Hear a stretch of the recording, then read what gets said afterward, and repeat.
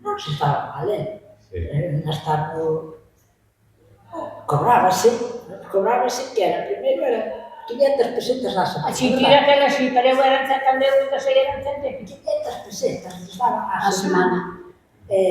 Claro, todas as semanas 500 pesetas. Hablan de subir e despois para que foran 800, algo así. E nos cobraron, ves? Pero bueno, estaba señal.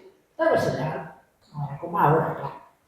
Pero bueno, non, sin problemas, Cando houve o convenio, que cobraban os 500, que na primeira empezaron con 400 pesetas. Tampouco nos levamos tantos anos. Oba, pero eu daquela eu era millonaria, pero quixemos que eu forrara.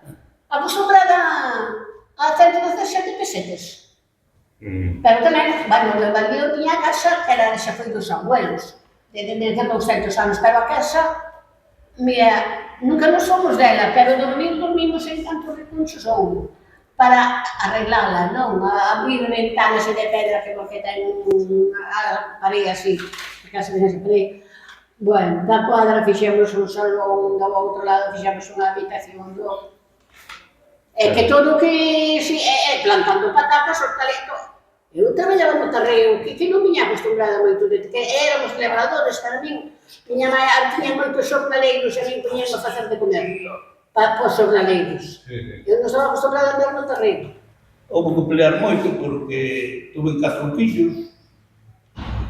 A muller lindou, como dicía a Celuca, lindou moitas vacas e poñou moito estrume e traballou moito para axudar a plantar patatas, para axudar a chegar onde chegamos. A miña ilusión era fazer unha casa, non era estar nun piso.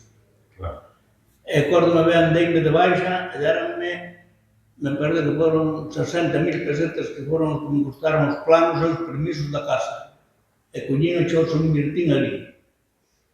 E pois pouco a pouco fui facendo unha casa. E hoxe vivo, bueno. Eu lle dicía na cooperativa de colleres que dicíame, non, porque dice que hai que, dixo, mira Manolo, os colegios están todos abaixo, teñen que vir os pequenos para arriba, vamos para baixo, vimos o fin de semana para arriba, pero vamos coller... bueno, dice que hai que ocupalos, non se pode, que dicía que había que ocupalos. Isto me dixeron a mí. Eu era o que dicía, os pequenos van ao colegio abaixo, os fines de semana vímonos para arriba, pero este non lle interesaba moito así, entón os cartos fomos invertindo todos na casa, porque tiñamos o que meteu levamos metido na casa, tiñamos 2 casas feitas. Acórdate da anécdota que íbamos, ti non ibas ti, íbamos nosotros, este a muller, que fomos por Ano Vello, te acordas, ao Perla? E a carretera que non estaba asfaltada, que había cada bache chovía, e nos metemos nun bache que alumbrabas con un foco. E non te acordas, pero eu acordome que me quedou moi grabado porque me pareceu moito...